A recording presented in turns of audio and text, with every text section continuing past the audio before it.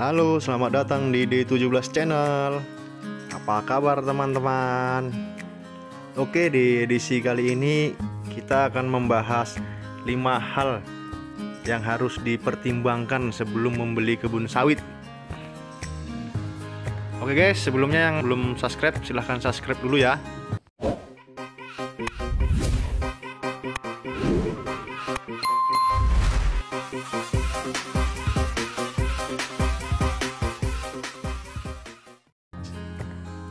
Oke guys, kalian pasti sudah tidak asing dengan yang namanya kelapa sawit. Ya, kelapa sawit adalah komoditas utama. Tapi kenapa orang banyak mau nanam kelapa sawit? Ya, karena kelapa sawit itu bisa menjadi passive income yang pasti guys. Karena dia nggak membutuhkan perawatan yang ekstra dia. Kita hanya perlu merawat waktu sambil panen aja. Jadi ini sangat cocok untuk orang-orang yang bekerja ya, ataupun untuk penghasilan utama. Di sini kita akan membahas hal yang perlu dipertimbangkan sebelum membeli kebun sawit ya. Semoga bisa membantu untuk teman-teman yang mau membeli kebun sawit atau membuka lahan sawit. Ini adalah hal yang wajib. Yang pertama adalah lahan di pinggir jalan. Kenapa di pinggir jalan? Karena jalan adalah tempat Anda untuk membawa hasil daripada kebun sawit itu sendiri ya teman-teman. Begitu juga untuk membawa pupuk ke kebun sawit itu. Dan nggak semua kebun sawit mempunyai jalan, apalagi yang dibuka sama petani-petani secara manual itu ya. Biasanya mereka nggak punya jalan tuh, tapi kalau dia dibuka secara berkelompok pasti bikin jalan. Kan nggak enak juga kalau kalian punya kebun sawit tapi nggak ada jalan umumnya, habis itu sengketa sama tetangga, berselisih, tiba-tiba jalan kalian itu dipotong karena itu di tanah dia. Makanya carilah kebun sawit yang berada di pinggir jalan. Yang kedua, carilah kebun sawit di lahan yang datar guys. Hindarilah kebun sawit di pinggir sungai, perbukitan, dan gambut. Usahakan lahannya yang datar, karena itu akan memudahkan kita untuk merawat dan untuk memanen hasil dari sawit itu guys. Juga bisa sebelum panen atau sudah ada sawit itu bisa untuk tumpang sari.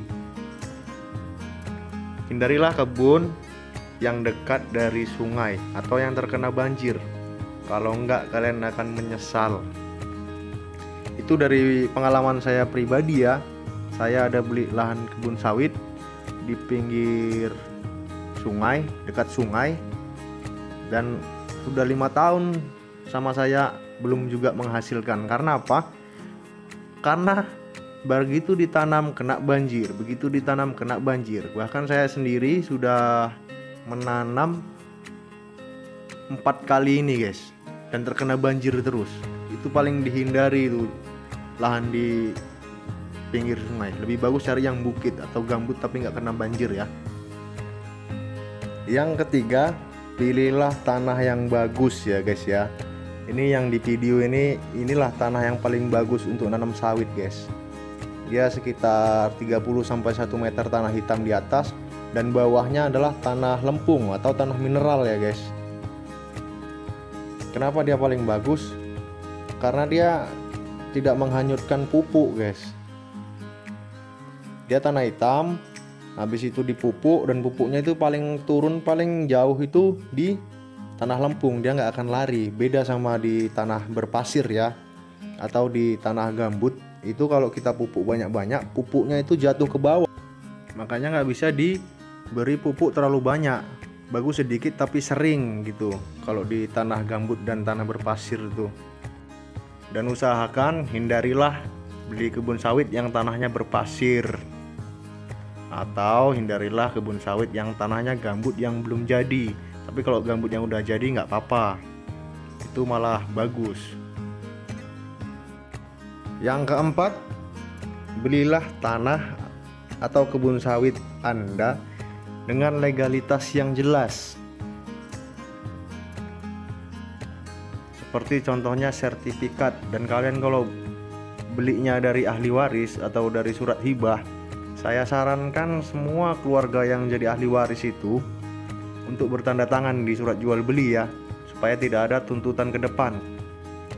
Dan usahakan langsung kalian balik nama sertifikat tersebut guys, karena kalian tahu kan sekarang nih lagi banyak mafia tanah ya.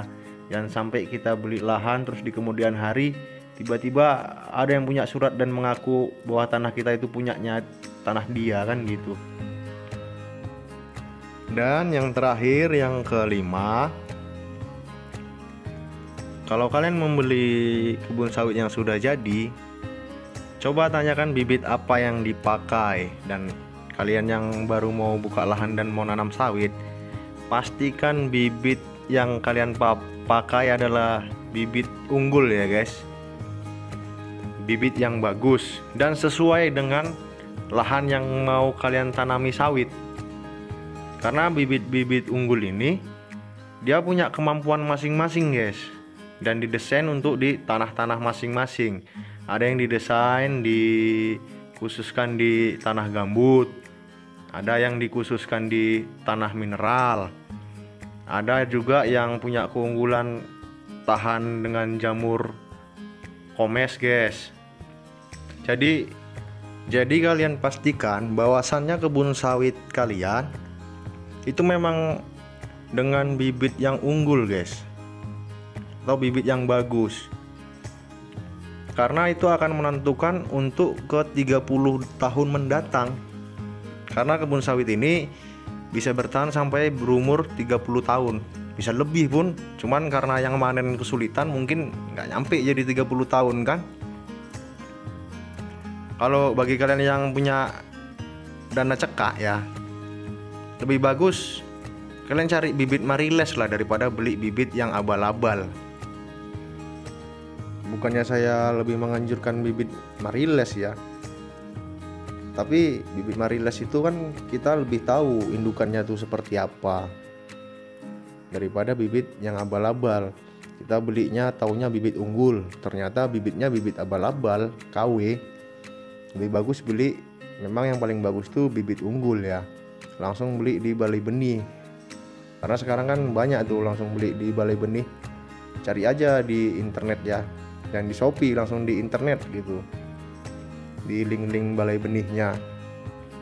Oke, cukup sekian ya. Itulah 5 hal yang perlu dipertimbangkan sebelum membeli kebun sawit atau membuka kebun sawit ya. Jangan lupa like, comment, and subscribe. Terima kasih banyak.